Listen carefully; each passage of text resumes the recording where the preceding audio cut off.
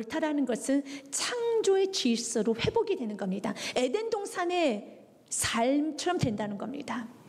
여러분의 가정이 에덴 동산과 같은 가정, 창조 질서가 회복되고 아름다운 가정, 천국 같은 가정이 되게 원한다면 옳은 일을 하셔야 돼요.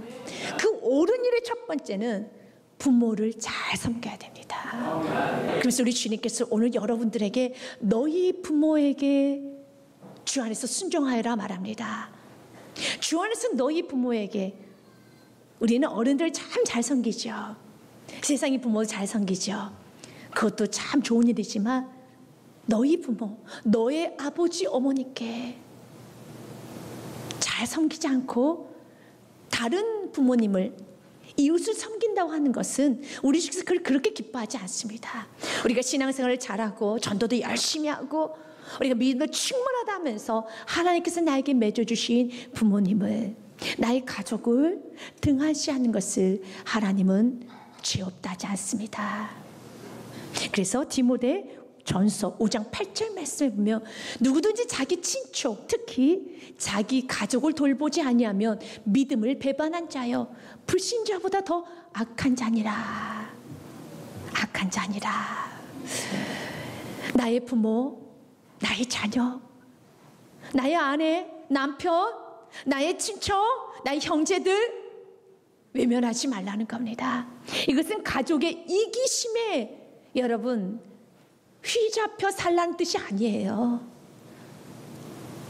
그런데 우리는 내 가족과 내 부모를 등한시하는 경우가, 가정은 내가 머물고 내가 따뜻하게 사랑을 받고 지지를 받는 공간이다 하지만 그 누구도 나를 함부로 여기지 못한데, 가정에서는 내 식구는 내 날개를 꺾어버리고 나를 무시하고 나를 좀 하대하는 경우가 있습니다.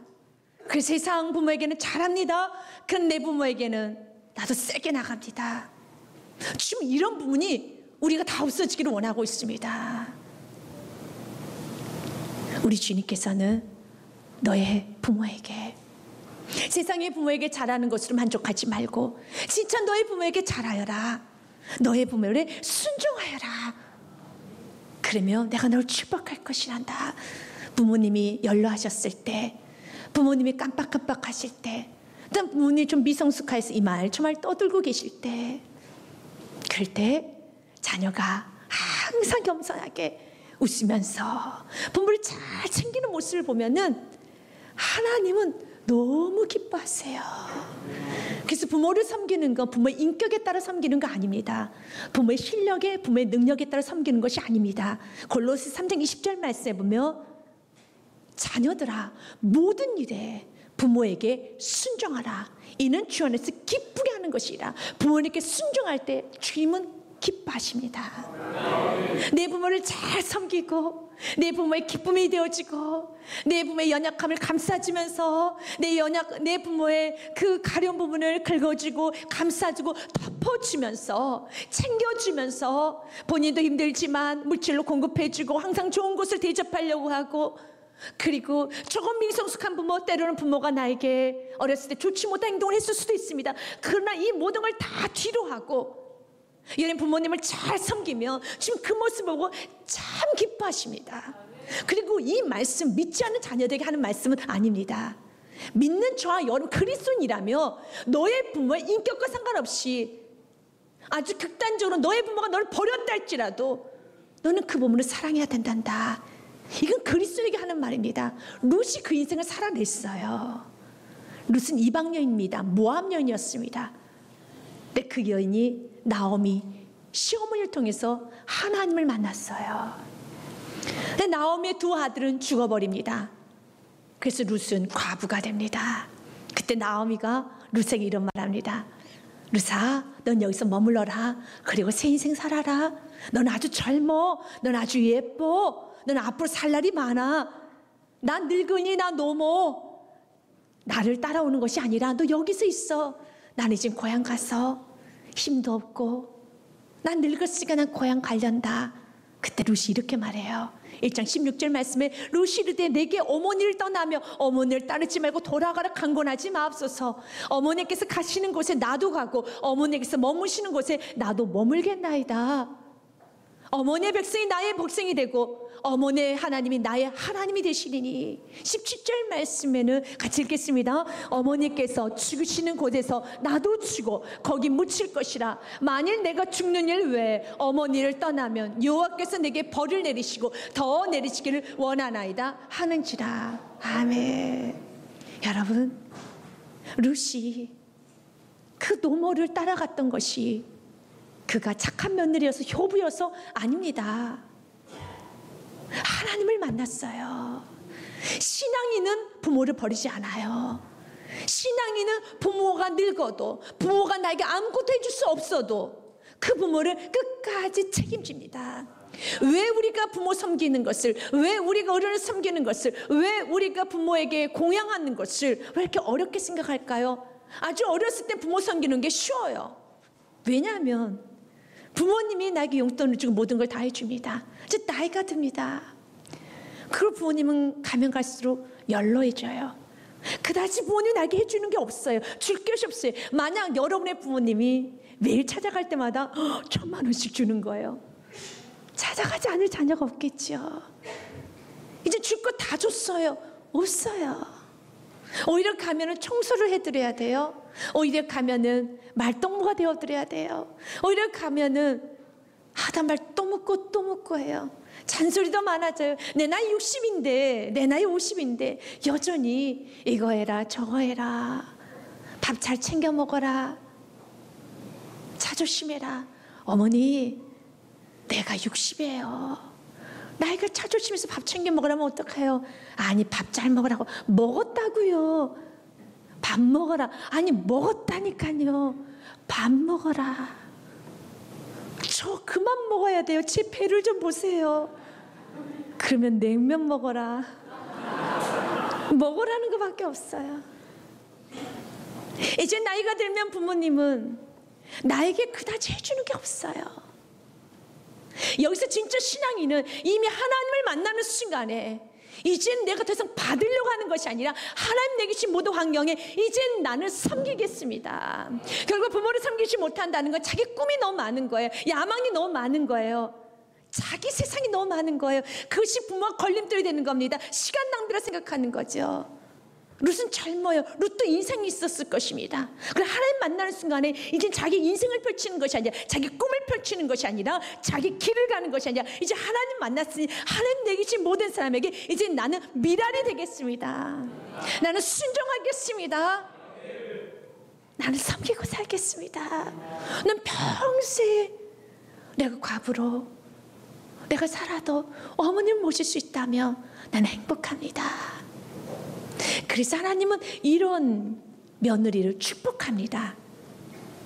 그리고 하나님께서는 이 며느리에게 어떤 축복을 주십니까? 보아스와 만나죠. 보아스와 만나서 아들을 하나 낳는데 그 아들의 이름은 이새입니다. 이새가 또 아들을 낳죠.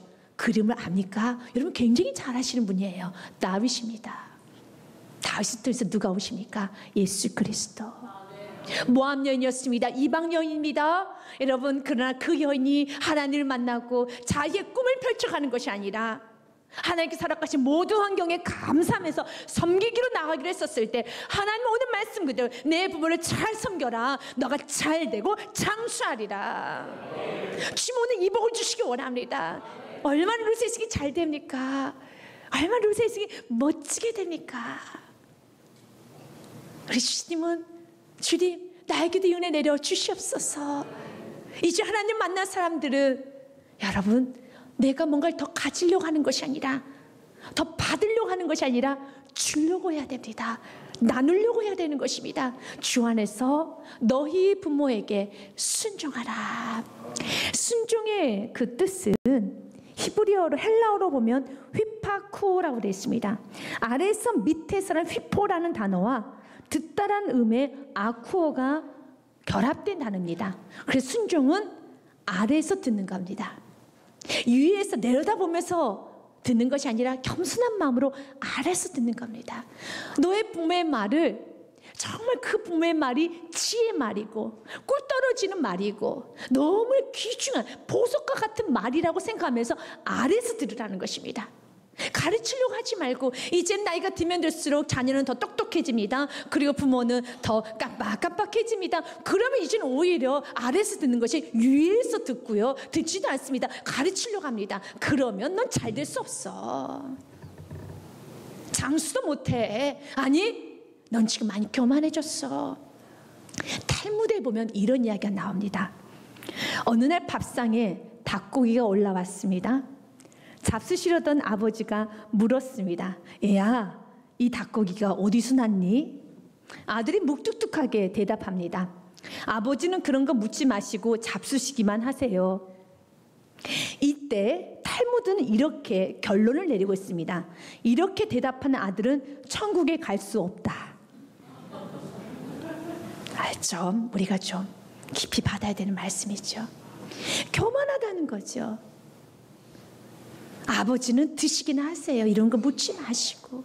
너가 어렸었을 때, 넌 나에게 참 많은 걸 물었었을 때 똑같은 질문을 참 많이 했을 때 나는 너에게 100번이고 대답해 줬는데, 아빠 이게 뭐야? 엄마 이게 뭐야? 이거 뭐예요? 이거 뭐 했을 때 난 너에게 참 많은 대답을 해줬는데, 내가 딱 한 번 물었는데 넌 나의 말을 거절하는구나. 교만해졌다는 거죠. 이러면은 잘 될 수가 없어요. 욥기서의 말씀에 보면은, 욥기 말씀에 보면 빌닷이라는 여러분 사람이 와서 욥을 정죄하면서 세상의 논리, 이건 하나님께서 허락하신 세상의 일반 은총이에요. 이 논리를 가지고 옵니다. 여러분, 하나님께서 허락하신 세상 일반 은총이라는 게 있습니다. 이건 믿든 믿지 않든 이렇게 살아야지만 잘 살 수 있어. 하나님께 이 세상에 주신 귀한 은총이죠. 그 은총 중에 하나가 내 시작은 미약하지만 다 처음은 미약하단다. 근데 나중은 잘 돼. 잘 될 수밖에 없어. 이게 세상에 하나님께서 부어주신 일반적인 은혜예요. 그래서 여러분 처음부터 크게만 생각하실 필요가 없어요. 여러분 작게 시작해도 나중에 잘 되게 돼 있어요. 식당마다 이 여러분 구절이 적혀져 있을 겁니다. 그러나 이 구절보다 더 중요한 게 있습니다. 이런 축복을 받고 난다면 8절입니다. 근데 8절 말씀 잘 걸어놓지는 않더라고요. 8절에서 같이 읽겠습니다. 청하건대 너는 옛시대 사람에게 물으며 조상들이 터득한 일을 배울지어다. 너가 시작했을 때 그 처음 시작했을 때 그 미약함을 시작했을 때 그 초심, 그 겸손함, 배우려고 하는 자세, 아래에서 들으려고 하는 그 자세를 끝까지만 유지할 수 있다면 너는 창답게 될 것이란다. 그러나 유지하지 못하면 너는 창답게 될 수 없단다. 잘 될 수 없단다. 굉장히 중요한 말씀이죠. 우리 지금 우리에게 말합니다. 너의 부모에게 순종하여라. 너의 부모에게 공경하여라. 2절 말씀에 보면 이제 공경이라는 단어가 나옵니다. 공경은 히브리어로 야데라는 뜻입니다. 이건 하나님께 쓴 단어입니다. 내 아버지 어머니를 공경하라. 하나님을 여러분 공경할 때 어떻게 합니까? 경외하는 마음으로 그분이 전지전능하심, 그분은 신실하시고 그분은 항상 좋은 것을 주시는 걸 믿고 신뢰하면서 그분을 높이시죠. 그런 마음으로 내 부모를 존경하고 공경하고 간처럼 무겁게 여기라. 그러면 이것은 약속 있는 첫 계명이니 내가 내게 약속해 줄게. 내가 내게 잘되도록 약속해 줄게. 장수의 축복을 줄게. 내가 널 지켜줄게. 하나님의 보호를 받기 원합니까? 부모를 잘 섬기십시오. 그리고 여러분의 자녀가 부모를 잘 섬길 수 있도록 권위에 순종할 수 있는 그런 자녀로 양육하시길 바라겠습니다. 레갑의 자손들이 그랬어요. 요나답이 아들에게 이렇게 말합니다. 아들아, 너는 포도주와 그리고 또한 장막에 거하지 말아라. 그 명령을 잘 따르면서 요나답의 후손들은, 레갑 족속들은 그 말을 다 따랐어요. 하나님이 예레미야에게 말씀하십니다. 예레미야야, 넌 레갑 족속에 가서 포도주 한번 건네줘 봐라. 그들이 어떻게 하는지. 그들이 이르되 우리는 포도주를 마시지 아니하겠노라. 레갑의 아들 우리 손주 요나답이 우리에게 명령하여 이르기를 너희와 너희 자손 영원히 포도주를 마시지 말며 너희가 집도 짓지 말며 파종도 하지 말며 포도는 소유하지도 말고 너희 평생 동안 장막에 살아라. 그리하면 너희가 머물러 사는 땅에서 너희 생명이 길리라 하였으므로 우리가 레갑의 아들 우리 손주 요나답이 우리에게 명령한 모든 말을 순종하여 우리와 우리 아내와 자녀가 평생 동안 포도주를 마시지 아니하며 살 집도 짓지 아니하며 포도원이나 밭이나 종자도 가지지 아니하고 10절 말씀 같이 읽겠습니다. 장막에 살면서 우리 손주 요나답이 우리에게 명령한 대로 다 지켜 행하였노라. 순종했다는 것입니다. 부모의 말씀을 무겁게 여겼어요. 다 순종하였습니다. 왜 요나답은 이런 말을 했을까요? 요나답은 그 당시에 북이스라엘의 여러분 아합과 이세벨을 척결하는데 앞장섰던 인물입니다. 에후와 함께. 그러면서 아합이 저렇게 무너졌던 이유는 여러 가지 이유가 있죠. 그 중에 하나가 독주에 취했구나. 저 술 취해서 인생이 저렇게 망가지고 그리고 자리를 탐하는 거, 마치 이 세상에서 내가 왕의 자리를 100년 1000년 살 것처럼 저렇게 자리를 탐하고 이 땅에 사는 삶만 탐하니 저렇게 인생이 되지. 내 자녀들은 저렇게 아합처럼 이세벨 같은 저런 인생 살게 하면 안 되지 하면서 자녀들에게 너희 포도주 마시지 마. 그리고 이 땅에 사는 삶이 전부 아니야. 이 땅에 사는 건 장막이란다. 저 본향으로 가는 것이야. 그래서 이 땅에서 안락을 해서 자기 집을 짓지 말고 장막을 치지 말고 항상 떠날 준비를 하여라. 이렇게 말을 합니다. 그때 그 미를 잘 깨닫고 그들은 순종해요. 그들은 나름대로 100가지 일을 대어서 불순종할 수 있습니다. 지금 시대가 바뀌었어요. 아니 포도주는 음료입니다. 그리고 이렇게 장막을 안 치면 자녀 교육을 어떻게 합니까? 자꾸 이동하다 보면 불안정히 살 수가 없어요. 여러 이유를 가지고 불순종할 수 있을 겁니다. 하지만 그 부모의 의미를 알았어요. 요나답이 왜 그런 말을 했는지 의미를 알았어요. 철저하게 그들은 순종했습니다. 부모의 말을 경히 여겼다는 겁니다. 부모의 말을 여러분 정말 무겁게 여겼다는 것입니다. 하나님은 그런 레갑 족속에게 오늘 말씀 그대로 축복을 주세요. 19절 말씀에 보면 나는 이런 자손들을 나는 축복한단다. 같이 읽습니다. 그러므로 만군의 여호와 이스라엘 하나님께서 이와 같이 말씀하시니라. 레갑의 아들 요나답에게서 내 앞에 설 셈이 영원히 끊어지지 아니하리라 하시니라. 아멘. 영원히 장수하리라. 내가 너의 자녀들을 지키리라. 영원히 끊어지지 아니하리라. 부모님의 말씀을 순종을 잘하며 그 말을 무겁게 여기고 나아가면 하나님이 지켜주세요. 하나님이 보호하여 주신다는 겁니다. 잠언 1장 말씀에 보면 이렇게 되어 있습니다. 내 아들아 아비의 훈계를 들으며 내 어미의 법을 떠나지 말라. 그러면 너의 인생은 금사슬 같은 인생, 아름다운 인생이 될 것이란다. 같이 읽습니다. 이는 내 머리에 아름다운 간이요 내 목에 금사슬이니라. 아멘. 사랑하는 여러분 인생이 아름다워져야죠. 아름다워지는 것은 부모에게 순종하는 것이고 어른을 공경하는 것이고 이제는 그 말씀 무겁게 여기면서 잘 섬기는 것입니다. 이제는 우리가 예수님은 어떻게 부모님을 섬겼는지, 그렇다면 예수님은 부모님을 어떻게 섬겼는가, 그리고 이 부분을 좀 보고 오늘 말씀을 정리하기 원합니다. 예수님 누군가를 섬기실 수 있는 분은 아닙니다. 섬김을 받아야지 마땅하신 분이고 그분은 가르치셔야 되고 그분은 진도 주의하셔야 되는 분입니다. 그러나 이 땅에서 예수님은 부모님을 참 잘 섬기셨어요. 예수님이 12살 때 이제 유월절 절기를 지키기 위해서 예루살렘 성전에 부모님과 함께 이제 올라갔습니다. 그리고 절기를 다 마치고 다시 집으로 향해서 하루길을 지났는데 옆을 보니 예수님이 안 계신 거예요. 아들이 없어진 겁니다. 깜짝 놀라가지고 마리아가 요셉이 이제 예수님을 찾아다니기 시작합니다. 예수 어딨니? 예수 어딨니? 그래서 찾다 보니 예수님이 성전 안에서 라피들하고 말씀을 나누고 있어요.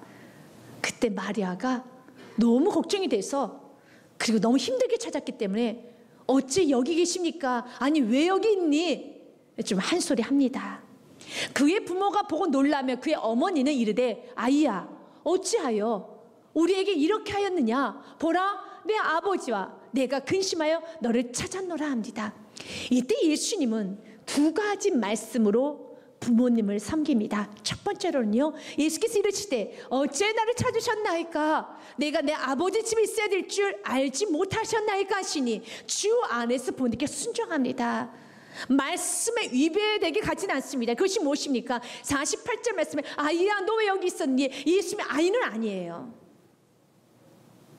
다시 한번 깨우칩니다.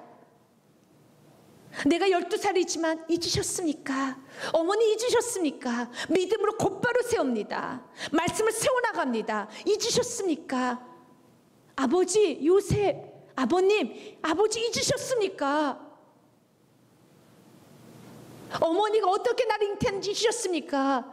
처녀가 아이를 가졌습니다. 그때 요셉이 마태복음 1장 말씀에 보면 의로워서 그냥 끊고자 했습니다. 조용히 그냥 묻고 덮어두고 그냥 이 야콘을 파혼시키려고 했었습니다. 그때 가브리엘 천사가, 주의 천사가 나타나서 말을 합니다. 그의 남편 요셉은 의로운 사람이라 그를 드러내지 않냐고 가만히 끊고자 하여 이를 생각할 때 주의 사자가 견몽하여 이르되 다윗의 자손 요셉아 내 아내 마리아 데려오기를 무서워하지 말라. 그에게 잉태된 자는 성령으로 된 것이라. 21절 말씀. 그리고 그 아들이 누구인지 같이 읽습니다. 아들을 낳으리니 그 이름을 예수라 하라. 이는 그가 자기 백성을 그들의 죄에서 구원할 자이심이라 하니라. 아멘. 그분은 구원자라는 거. 아버지 어머니 잊으셨습니까? 진짜 내 아버지가 누구신 걸 잊으셨습니까? 내가 지금 아버지 집에 계셔야 되는 걸 모르십니까? 그러나 이 말씀으로 맞춰지지 않아요. 누가복음 2장 50절 말씀에 그 부모가 그 하신 말씀을 깨닫지 못하더라.